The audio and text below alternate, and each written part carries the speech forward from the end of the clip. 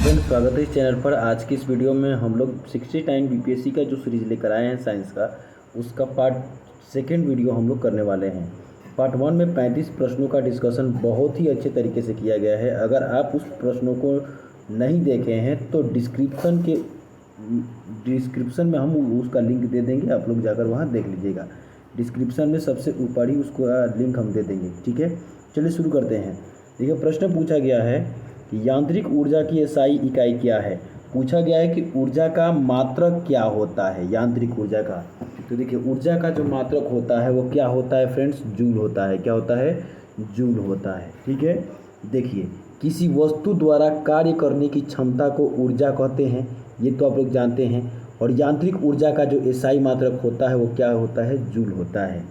यह एक अदिश राशि होता है। यांत्रिक ऊर्जा क्या होता है, एक अदिश राशि होता है, याद रखिएगा, ठीक है।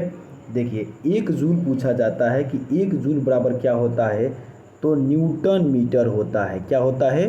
न्यूटन मीटर होता है। और एक जूल बराबर जो होता है 10 के पावर, याद रखिएगा फ्रेंड्स, 7 अर्ग होता है। एक जूल बराबर जो होता है 10 के पावर 7 अर्ग होता है। अर्ग फ्रेंड्स होता है कार्य का सीजीएस मात्रक अर्ग होता है, ठीक है। चलिए हम लोग नेक्स्ट देखते हैं। देखिए, प्रश्न पूछा गया है कि कार्य का मात्रक क्या है। तो देखिए, कार्य का मात्रक आप लोग जानते हैं फ्रेंड्स, क्या होता है, जूल होता है। कार्य का मात्रक क्या होता है, जूल होता है। और ऊर्जा का भी मात्रक क्या होता है, जूल होता है। आप लोग जान चुके हैं कि जूल बराबर जो होता है न्यूटन मीटर होता है। न्यूटन मीटर होता है। और एक जूल बराबर जो होता है 10 के पावर 7 अर्ग होता है। अर्ग क्या होता है, कार्य का सीजीएस मात्रक क्या कहलाता है, अर्ग कहलाता है। और एक जूल बराबर जो होता है 10 के पावर 7 अर्ग होता है। नेक्स्ट देखिए। देखिए, प्रश्न पूछा गया है कि तेल का एक बैरल जो होता है निम्न में से लगभग कितना होता है। तो तेल का एक बैरल जो होता है 159 लीटर होता है। तेल का एक बैरल 159 लीटर के बराबर होता है। कच्चा तेल मापने में सामान्यतः बैरल इकाई का ही उपयोग किया जाता है। कच्चा जो तेल आता है उसको किस में मापा जाता है, तो बैरल ही में ही मापा जाता है। और एक बैरल बराबर जो होता है 159 लीटर के बराबर होता है, ठीक है। अब देखिए, अगर पूछा जाए एग्ज़ाम में कि बताइए 1 वाट बराबर क्या होता है, तो कहिएगा कि 1 जूल प्रति सेकंड जो होता है 1 वाट के बराबर होता है।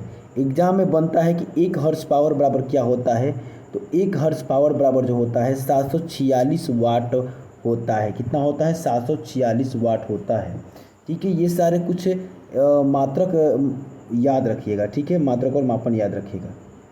चलिए हम लोग नेक्स्ट देखते हैं। नेक्स्ट जो प्रश्न पूछा गया है कि निम्नलिखित में से कौन सा सही सुमेलित नहीं है। बताना है इसमें से कि कौन सा जो है सही तरीके से नहीं मिलाया गया है। तो देखिए, नॉट जो है जहाज की चाल की माप करता है, ये तो सही है। नॉटिकल मील जो है नौ संचालन में प्रयुक्त दूरी की इकाई होती है, ये भी सही है। एंगस्ट्रॉम जो होता है ये प्रकाश के तरंग दैर्ध्य की इकाई है, ये भी सही है। प्रकाश वर्ष देखिए समय मापन की इकाई नहीं है। प्रकाश वर्ष जो है आप लोग जानते हैं कि दूरी की इकाई है। क्या है, दूरी की इकाई है प्रकाश वर्ष। प्रकाश वर्ष जो होता है दूरी की इकाई होता है, ठीक है। एक प्रकाश वर्ष बराबर आप लोग जानते हैं कितना होता है, तो 9.46 गुने 10 के पावर 15 मीटर होता है। कितना होता है फ्रेंड्स, याद रखिएगा कि 9.46 गुने 10 के पावर 15 मीटर होता है। और एक पारसेक बराबर पूछा जाए तो क्या होता है, तो एक पारसेक बराबर जो होता है 3.0 वाट गुने 10 के पावर 16 मीटर होता है। और पारसेक क्या होता है, यह दूरी की सबसे बड़ी इकाई होती है पारसेक। और प्रकाश वर्ष भी दूरी की इकाई ही होती है। एक पारसेक बराबर जो होता है 3.26 प्रकाश वर्ष होता है। चलिए देखते हैं कि प्रकाश वर्ष होता क्या है। तो देखिए, प्रकाश वर्ष द्वारा एक वर्ष में चली गई दूरी एक प्रकाश वर्ष कहलाता है। प्रकाश द्वारा एक वर्ष में चली गई जो दूरी होती है एक प्रकाश वर्ष कहलाता है। प्रकाश वर्ष खगोलीय दूरी मापने की क्या होती है, इकाई होती है। जिसे देखिए इकाई है, नॉट जो है जहाज की चाल की एक इकाई है, तथा नॉटिकल मील जो है समुद्र में नौसंचालन की दूरी की इकाई है, जो नॉटिकल मील है, और प्रकाश वर्ष के तरंगदैर्घ्य की माप के लिए एंगस्ट्रॉम का प्रयोग किया जाता है। याद रखिएगा, समुद्री दूरी मापने के लिए नॉटिकल मील का उपयोग किया जाता है, और एक नॉटिकल मील बराबर जो होता है 853 मीटर 1853 मीटर होता है। देखिए, प्रश्न पूछा गया है कि चंद्रमा की सतह से एक चट्टान को पृथ्वी पर लाया जाता है। चंद्रमा की सतह से अगर किसी चट्टान को पृथ्वी तक लाया जाता है तो बताइए कि इसका द्रव्यमान बदल जाएगा कि नहीं बदलेगा। इसका भार तथा द्रव्यमान दोनों बदल जाएंगे, या इसके भार या द्रव्यमान दोनों अपरिवर्तित रहेंगे, या इसका भार बदल जाएगा परंतु द्रव्यमान नहीं। तो देखिए, हम किसी भी वस्तु को किसी भी प्लानेट पर ले जाएं तो उसका भार बदल जाता है, लेकिन द्रव्यमान उसका नहीं बदलता है, उसका द्रव्यमान नहीं बदलता है। तो इसका राइट आंसर जो होगा फ्रेंड्स डी होगा। क्या होगा? डी होगा, यानी इसका भार बदल जाएगा परंतु द्रव्यमान नहीं बदलेगा। देखिए, चंद्रमा पर गुरुत्वीय त्वरण पृथ्वी के गुरुत्वीय त्वरण का जो होता है वो 1/6 होता है, यानी कि चंद्रमा का जो गुरुत्वीय त्वरण होता है वो पृथ्वी के गुरुत्वीय त्वरण का जो होता है 1/6 होता है। इस कारण पृथ्वी पर किसी वस्तु का अगर भार जो होता है mg हो तो चंद्रमा पर उस वस्तु का जो भार होगा उसका 6वां हिस्सा होगा। याद रखिएगा, अर्थात कि अगर किसी वस्तु का भार पृथ्वी पर 30 kg है तो चंद्रमा पर जो होगा उसका भार 5 kg होगा। अर्थात कि देखिए, भार बदलेगा लेकिन उसका द्रव्यमान नहीं बदलता है। ठीक है, चलिए हम लोग आगे देखते हैं। देखिए, माप की कौन सी इकाई को 0.39 से गुना करने पर जो है इंच प्राप्त होता है। तो देखिए, माप के अगर हम लोग सेंटीमीटर से क्या करते हैं, इस 0.39 को गुना करते हैं तो हमें जो मिलता है 3937 इंच मिलता है, जो कि 1 मीटर होता है, 1 मीटर के बराबर होता है। तो क्या होगा इसका राइट आंसर? सेंटीमीटर होगा। ठीक है, चलिए हम लोग नेक्स्ट देखते हैं। प्रश्न पूछा गया है कि इलेक्ट्रॉन वोल्ट इकाई होती है। इलेक्ट्रॉन वोल्ट किसकी इकाई होती है? तो देखिए, इलेक्ट्रॉन वोल्ट जो होती है वो ऊर्जा की इकाई होती है। किसकी इकाई होती है? तो ऊर्जा की इकाई होती है। नेक्स्ट प्रश्न है, चलिए इसकी पहले व्याख्या देखते हैं।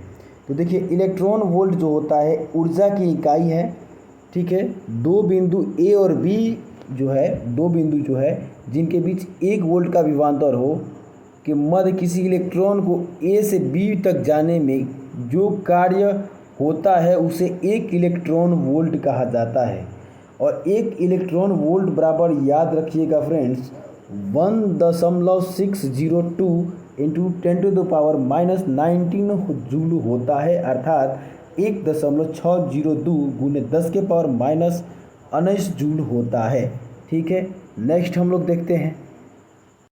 देखिए, प्रश्न पूछा गया है कि निम्नलिखित एसआई यूनिटों में से कौन सी सही सुमेलित नहीं है। बताना है कि कौन सा जो यूनिट है उसको सही से सुमेलित यानी मिलान नहीं किया गया है। देखिए, वर्क जो है इसको यानी कार्य को तो जूल में मापा ही जाता है, बल को न्यूटन में मापा जाता है, द्रव्यमान को किलोग्राम में मापा जाता है, लेकिन याद रखिएगा दाब को पास्कल में नापा जाता है। यहाँ डाइन दिया है, यह जो है गलत है। क्या है? यह गलत है। तो इसका राइट आंसर होगा डी। चलिए इसकी थोड़ा व्याख्या कर लेते हैं। तो देखिए, बल का जो है सीजीएस प्रणाली में मात्रक डाइन होता है। बाकी तो आप लोग जानते हैं कि एसआई यूनिट जो है बल का न्यूटन होता है और कार्य का जूल होता है, द्रव्यमान का किलोग्राम होता है और दाब का पास्कल होता है। ठीक है, चलिए हम लोग नेक्स्ट प्रश्न देखते हैं।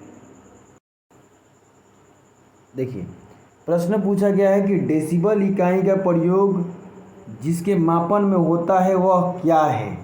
तो देखिए, प्रकाश का वेग है, ये तो नहीं है। ऊष्मा की तीव्रता है, ये भी नहीं है। ध्वनि की तीव्रता है, ये भी नहीं है। सॉरी ध्वनि की क्या है? यह तीव्रता का मापक है। ठीक है, मात्रक है। और ये ऊपर वाला जो है प्रकाश का जो वेग का है इसका मापन नहीं करता है, ऊष्मा की तीव्रता का भी मापन नहीं करता है। ये ध्वनि की तीव्रता का मापन डेसिबल करता है। तो चलिए डेसिबल से कुछ प्रश्न देख लेते हैं क्या क्या बन सकता है।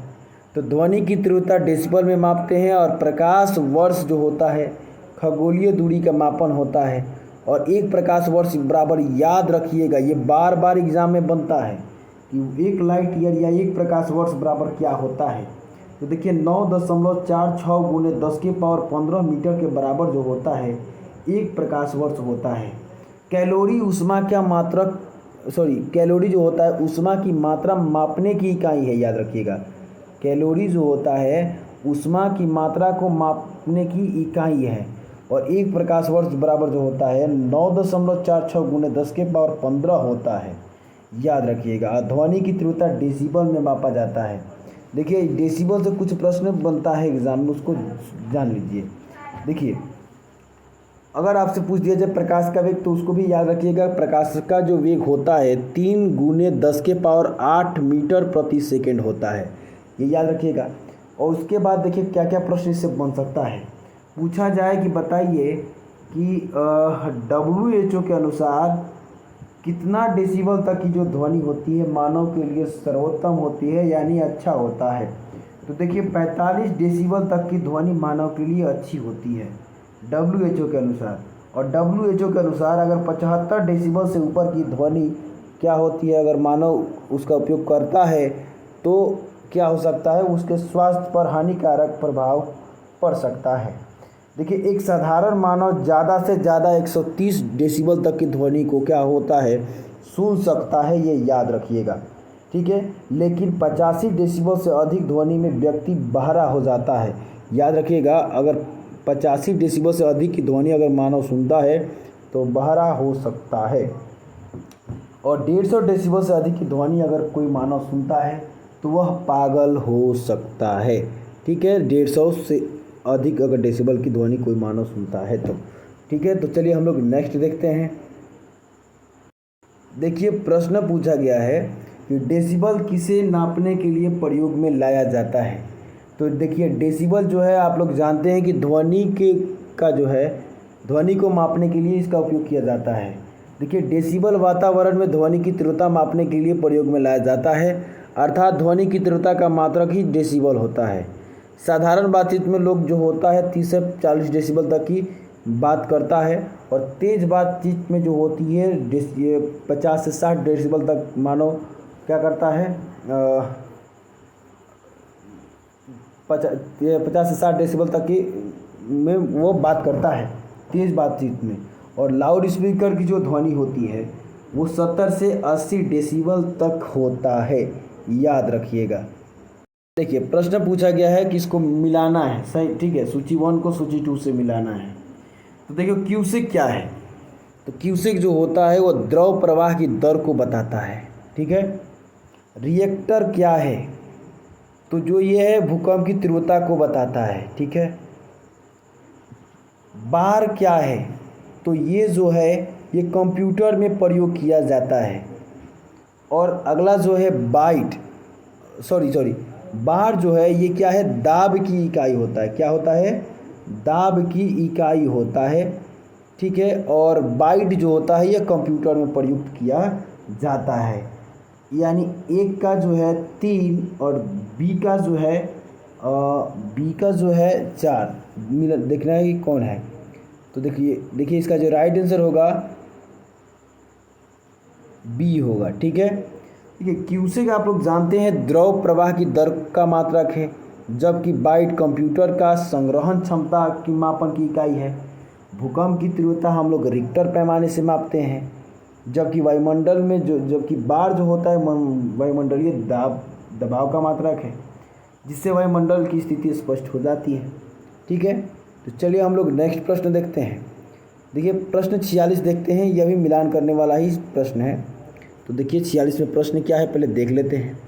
देखिए बहुत ही अच्छा प्रश्न पूछा गया है। 46 में पूछा गया है कि तरंगदैर्ध्य जो है इसको किस में मापा जाता है, तो एंगस्ट्रॉम में, ठीक है। एंगस्ट्रॉम में मापा जाता है तरंगदैर्ध्य को। ऊर्जा जो है इसको किस में मापा जाता है, तो जूल में मापा जाता है। और ध्वनि की जो तीव्रता होती है डेसिबल में, और आवृत्ति को हर्ट्ज में मापा जाता है। तो ये याद रखिएगा, ठीक है। हम लोग नेक्स्ट देखते हैं। नेक्स्ट पूछा गया है, इसका व्याख्या करने की जरूरत नहीं है, आप लोग देख चुके हैं, ठीक है। तो देखिए फिर नेक्स्ट जो है मिलान करने वाला ही है। देखिए वाट जो होता है वो किसकी इकाई होती है? तो देखिए वाट जो होता है ये शक्ति की इकाई होती है। नॉट जो होता है ये समुद्री जहाज की गति को बताता है, ठीक है। और नॉटिकल मील जो होती है नौ संचालन बताता है। और कैलोरी जो होता है ऊष्मा का मात्रक है। कैलोरी क्या है? ऊष्मा का मात्रक है। चलिए देखिए 48 जो प्रश्न है इसमें पूछा गया है कि निम्नलिखित में से कौन सा युग्म सही सुमेलित नहीं है। तो देखिए प्रकाश वर्ष जो है दूरी की इकाई है, ये तो सही है। पार्सेक जो है समय की इकाई है, ये गलत है, क्योंकि पार्सेक दूरी की इकाई है और दूरी की सबसे बड़ी इकाई है। एक पार्सेक बराबर पूछा जाता है कि कितना होता है, तो 3.08 गुने 10 के पावर 16 जो है मीटर होता है, यानी 3.08 गुने 10 के पावर 16 मीटर होता है एक पार्सेक बराबर। और एक प्रकाश वर्ष बराबर जो होता है 9.46 गुने 10 के पावर 15 मीटर जो है होता है, ठीक है। उसके बाद देखिए डेसिबल जो है इससे ध्वनि की तीव्रता मापी जाती है और हर्ट्ज से आवृत्ति की इकाई है, ये में मापी जाती है, ठीक है। चलिए हम लोग नेक्स्ट देखते हैं। देखिए पार्सेक तो आप लोग जानते हैं कि ये दूरी की इकाई है, लंबाई की इकाई नहीं है। सॉरी, ये लंबाई की इकाई है। पार्सेक का जो है प्रयोग जो है खगोल शास्त्र में होता है और एक पार्सेक बराबर जो होता है 3.08 गुने 10 के पावर 16 मीटर, ठीक है। उसी प्रकार डेसिबल ध्वनि की तीव्रता की इकाई है और हर्ट्ज जो है आवृत्ति की इकाई है, ठीक है। नेक्स्ट देखते हैं। मेगावाट पूछा गया है प्रश्न में कि मेगावाट जो है किसके नापने की इकाई है, ठीक है। सॉरी, मेगावाट बिजली की नापने की इकाई है जो क्या करती है? उत्पादित की जाती है। इसे क्या की जाती है? उत्पादित की जाती है। चलिए इसके बारे में थोड़ा देख लेते हैं। मेगावाट बिजली नापने की इकाई है जो उत्पादित की जाती है और वाट विद्युत शक्ति इकाई है जो प्रति सेकेंड 10 के पावर 7 अर्घ या 1 जूल कार्य दर के समतुल्य होती है। वाट क्या होता है? यह शक्ति की इकाई होती है और शक्ति बराबर क्या होता है? जूल प्रति सेकेंड होता है। और 1 जूल बराबर क्या होता है? 10 के पावर 7 अर्घ होता है। वही बताया गया है यहाँ पे, ठीक है। अब देखिए किलोवाट क्या होता है? यह विद्युत शक्ति की इकाई होता है और 1 किलोवाट जो होता है 1000 वाट पर के लगभग बराबर होता है और 1.34 हर्ट्ज पावर के भी बराबर ये होता है। याद रखिएगा 1000 वाट को 1 किलोवाट कहा जाता है और 1 किलोवाट बराबर जो होता है 1.34 हर्ट्ज पावर के बराबर होता है, ठीक है। चलिए हम लोग नेक्स्ट देखते हैं। देखिए टैकियान से तात्पर्य है, टैकियान से क्या मतलब है? देखिए प्रकाश की गति से तीव्र गति वाले कण हैं ये, या भारी नाभिक वाले परमाणु का भाग है, या वायु में ध्वनि की गति की तीव्र गति वाले कण हैं, या जल में कंपन की मात्रा है। तो देखिए टैकियान जो है प्रकाश की गति से तीव्र गति वाले कण होते हैं, ठीक है। टैकियान ग्रीक भाषा का एक शब्द होता है। इसका अर्थ होता है कि ऐसे परिकल्पनात्मक कण जो प्रकाश की गति से तीव्र गति से चलते हैं, प्रकाश की गति से तीव्र गति से चलते हैं ये, ठीक है। टैकियान एक ग्रीक भाषा का शब्द है। इसका अर्थ होता है कि ऐसे परिकल्पनात्मक कण जो प्रकाश की गति से तीव्र गति से चलते हैं, ठीक है। अगला देखिए, एक कार्बन क्रेडिट जो है समतुल्य है। तो एक कार्बन क्रेडिट जो है 10 के पावर एक कार्बन क्रेडिट जो है 1000 किलोग्राम CO2 के जो है बराबर होता है। कार्बन क्रेडिट एक प्रशासनिक दृष्टिकोण है जिसका प्रयोग प्रदूषकों के उत्सर्जन में कटौती को प्राप्त करने पर आर्थिक प्रोत्साहन प्रदान करके प्रदूषण को नियंत्रित करने में किया जाता है, ठीक है। और केंद्रीय प्राधिकरण उत्सर्जित किया जा सकने वाला प्रदूषक की मात्रा पर सीमा या कैप निर्धारित करती है। इसी आधार पर कार्बन डेट क्रेडिट में 1000 किलोग्राम CO2 के बराबर समतुल्यता प्रदान की गई है, ये याद रखिएगा। नेक्स्ट प्रश्न हम लोग देखते हैं। नेक्स्ट जो प्रश्न है, देखिए प्रश्न पूछा गया है कि डॉप्सन इकाई का प्रयोग किया जाता है पृथ्वी की मोटाई मापने में, नहीं। हीरे की मोटाई मापने में, नहीं। तो इसका राइट आंसर होगा कि ओजोन परत की मोटाई नापने में जो है डॉप्सन का प्रयोग किया जाता है। ठीक है, नेक्स्ट प्रश्न देखते हैं। देखिए डॉप्सन इकाई का प्रयोग ओजोन परत की मोटाई मापने में किया जाता है। नॉट से समुद्री जहाज की चाल मापी जाती है। फैदम से समुद्री गहराई मापी जाती है। क्यूरी से तत्वों की रेडियोधर्मिता मापी जाती है। और एक डॉप्सन जो होता है 1/100 मिमी के, या 100 डॉप्सन जो होता है 1 मिमी के बराबर होता है, ये याद रखिएगा। एक डॉप्सन बराबर क्या होता है, तो 1/100 मिमी जो है इसके बराबर होता है। अब देखिए प्रश्न जो पूछा गया है, प्रश्न पूछा गया है कि कौन सा सुमेलित नहीं है, कौन सा ही नहीं मिला है। देखिए सेल्सियस जो है ताप को सेल्सियस में मापा जाता है, ठीक है। विद्युत को किलोवाट आवर में भी मापा जाता है, ठीक है, ये इसका मात्रक है। रक्त को RH गुणांक या फैक्टर के द्वारा भी दर्शाया जाता है। लेकिन आर्द्रता जो है इसको रिक्टर पैमाना पर नहीं मापा जाता है। आर्द्रता जो है इसको हाइग्रोमीटर द्वारा मापा जाता है। और रिक्टर पैमाना क्या होता है, यह भूकंप मापने की एक स्केल होता है, ठीक है। रिक्टर स्केल जो है भूकंप की तीव्रता मापने की एक पैमाना है। और यह एक लॉगरिथमिक स्केल है जिसमें 1 से 9 तक की संख्या होती है।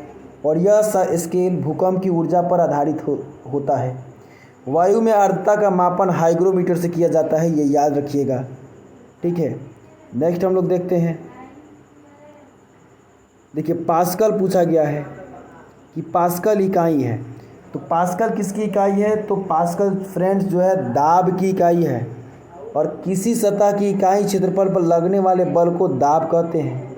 और इसका एसआई मात्रक जो होता है दाब का न्यूटन प्रति वर्ग मीटर होता है, न्यूटन प्रति वर्ग मीटर होता है। और इसे पास्कल भी कहा जाता है। दाब बराबर जो होता है बल बटा क्षेत्रफल होता है। दाब बराबर जो होता है बल बटा क्षेत्रफल होता है, याद रखिएगा, ठीक है। चलिए अगला प्रश्न जो है पूछा गया है कि जूल संबंधित है ऊर्जा से उसी तरह से जिस तरह से पास्कल किससे संबंधित है।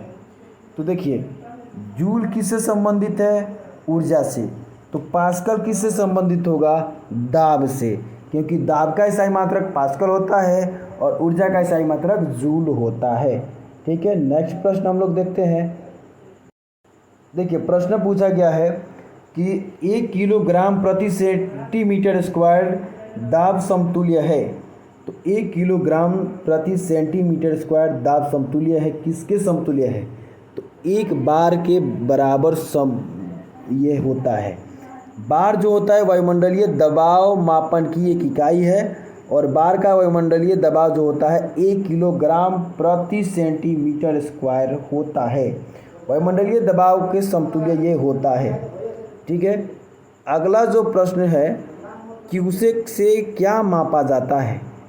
तो देखिए क्यूसेक से मापा जाता है जल का बहाव मापा जाता है, ठीक है। अगला देखिए, थोड़ा इसको बढ़ा लिया जाए, ठीक है। देखिए क्यूसेक के द्वारा किसी भी जल का बहाव मापा जाता है, ठीक है। इसे संक्षिप्त में CFC यानी क्यूसेक फीट सेकेंड द्वारा प्रदर्शित करते हैं। और 1 क्यूसेक का अर्थ होता है प्रति सेकंड में 1 घन फुट पानी का बहाव।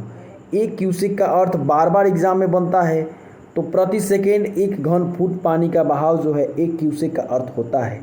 यानी हर 1 सेकंड में जो है 1 घन फुट पानी का बहाव 1 क्यूसेक के बराबर होता है। 1 क्यूसेक मीट्रिक इकाई में 28.3 लीटर प्रति सेकंड पानी का बहाव होता है। एक क्यूसेक मीट्रिक इकाई में 28.3 लीटर प्रति सेकेंड पानी का क्या होता है, बहाव होता है। ये याद रखिएगा। देखिए प्रश्न पूछा गया है कि निम्नलिखित में से कौन सी एक ऊष्मा की इकाई नहीं है। बताना है कि इसमें से कौन सा एक ऊष्मा का इकाई नहीं है। कैलोरी भी ऊष्मा का इकाई है, किलो कैलोरी भी है, किलो जूल भी है, लेकिन वाट ऊष्मा की इकाई नहीं है। वाट शक्ति की इकाई है और शक्ति बराबर जो होता है जूल प्रति सेकेंड, अर्थात कार्य बट्टा समय होता है शक्ति बराबर। ठीक है, आगे देखिए। कैलोरी, किलो जूल ऊष्मा के मात्रक है, जबकि वाट अथवा जूल प्रति सेकेंड शक्ति का मात्रक है। ये याद रखिएगा। नेक्स्ट जो प्रश्न पूछा गया है कि ऊष्मा की इकाई निम्नलिखित में से कौन नहीं है, बताना है इसमें। तो देखिए सेंटीग्रेड जो है ये ऊष्मा की इकाई नहीं है। अर्ग भी है, कैलोरी भी है, जूल भी है। सेंटीग्रेड ताप की इकाई है, ऊष्मा की इकाई नहीं है। यह याद रखिएगा। ठीक है, अर्ग जो होता है ऊष्मा की सीजीएस इकाई है, जबकि कैलोरी और जूल ऊष्मा की इकाई है, ईसाई इकाई है। और इस प्रकार कैलोरी, जूल और अर्ग ऊष्मा की इकाई है, जबकि सेंटीग्रेड ताप की इकाई है। ठीक है, चलिए देखिए 1 हर्ट्ज पावर में कितने वाट होता है।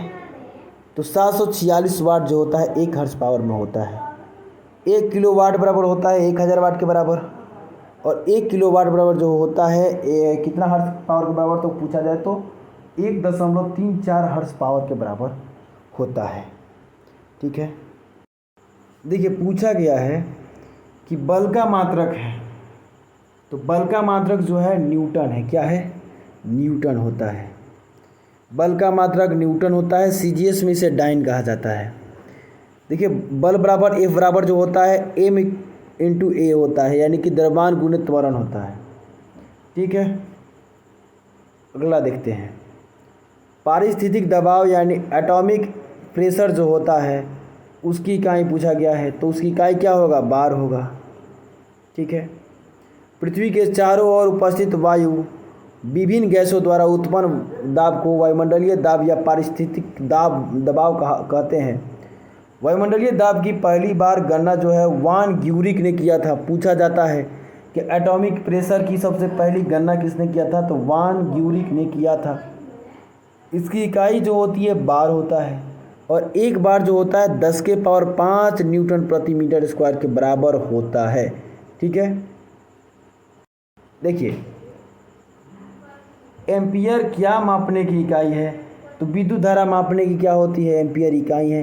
ये छत्तीसगढ़ पीसीएस में पूछा गया प्रश्न है। ये बहुत ही छोटे प्रश्न पूछे गए, छोटा प्रश्न है। देखिए इलेक्ट्रिक करंट जो है विद्युत धारा मापने की इकाई है, जिसकी इलेक्ट्रिक करंट जो है विद्युत धारा को नापने की जो इकाई जो है वो एम्पियर होता है। इसका संकेत कैपिटल ए होता है, तथा पावर अर्थात शक्ति को मापने की इकाई वाट होती है। क्या होती है, वाट होती है। शक्ति का एक और मात्रक अश्व शक्ति भी होता है, और 1 हर्ट्ज पावर बराबर जो होता है 746 वाट होता है। 746 वाट होता है।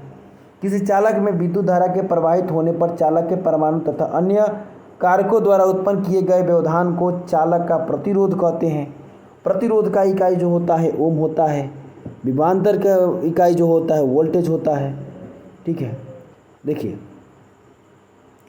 किलोवाट घंटा मात्रक है। किलोवाट घंटा जो है मात्रक है किसका, बताना है। तो विद्युत ऊर्जा का जो मात्रक है किलोवाट घंटा है। द्रव्यमान का क्या है, किलोग्राम है। समय का सेकंड है। विद्युत शक्ति का जो है वाट है। ठीक है, किलोवाट घंटा पूछा गया है तो विद्युत ऊर्जा का। ठीक है, देखिए किलोवाट घंटा जो है विद्युत ऊर्जा का मात्रक है। जब हम विद्युत ऊर्जा का उपभोग बड़ी मात्रा में करते हैं तो उसके मापन है तो जूल का उपयोग ना करके किलोवाट घंटा का उपयोग करते हैं। जूल ऊर्जा का बहुत छोटा मात्रक है। 1 किलोवाट घंटा अथवा 1 यूनिट विद्युत ऊर्जा की वह मात्रा होती है जो एक परिपथ में 1 घंटे में खर्च की होती है, जबकि एक परिपथ में 1 किलोवाट की विद्युत शक्ति हो तो उसमें 3.6 गुने 10⁻⁶ जूल के बराबर जो होता है ऊर्जा खपत होती है 1 किलोवाट में। 3.6 गुने 10⁻6 जूल के बराबर ऊर्जा खपत होती है। देखिए प्रश्न पूछा गया है कि 1 किलोवाट घंटा का मान होता है, तो 1 किलोवाट घंटा बराबर बताए हैं कि 3.6 गुने 10⁻6 जूल के बराबर होता है। ठीक है, चलिए अगला प्रश्न है कि चालक की विद्युत प्रतिरोधकता की इकाई है, तो विद्युत प्रतिरोधकता की इकाई जो होता है ओम होता है। किसी चालक की विद्युत प्रतिरोधकता की इकाई ओम होता है कि चालक में विद्युत धारा प्रवाहित होने पर चालक की परमाणु तथा अन्य कारकों द्वारा धारा प्रवाह के मार्ग में उत्पन्न किए गए रुकावट चालक का प्रतिरोध कहलाता है और इसका इकाई मात्रक जो होता है ओम होता है। ठीक है, अब देखिए निम्नलिखित में से कौन सा सही सुमेलित नहीं है, बताना है कि इसमें से कौन सा सही नहीं मिलाया गया है। डेसिबल जो होता है ध्वनि तीव्रता की इकाई मापता है, ये ठीक है, ठीक है। हर्स पावर शक्ति की इकाई है, ये भी ठीक है। समुद्री मील जो है ये दूरी की इकाई है, ये भी ठीक है। समुद्री मील जो है यह दूरी की इकाई है, ये भी ठीक है। और सेल्सियस जो है ऊष्मा की इकाई है, यह जो है गलत है। सेल्सियस किसकी इकाई है, तो किसकी इकाई है? देखिए सेल्सियस ऊष्मा की इकाई नहीं है। ठीक है, देखिए सेल्सियस ताप मापने की इकाई है, यह ऊष्मा की इकाई नहीं है, जबकि अन्य सुमेलित डेसिबल जो है ध्वनि तीव्रता की इकाई है, हर्स पावर शक्ति की इकाई है, समुद्री मील समुद्रिक दूरी की इकाई है, सब सही है। ठीक है, नेक्स्ट देखिए पूछा गया है कि हवाई जहाज़ या पोतों की गति नॉट में प्रदर्शित की जाती है और 100 नॉट जो है कितने के बराबर होता है, तो याद रखिएगा 100 नॉट जो होता है 115 मील प्रति घंटा के बराबर होती है।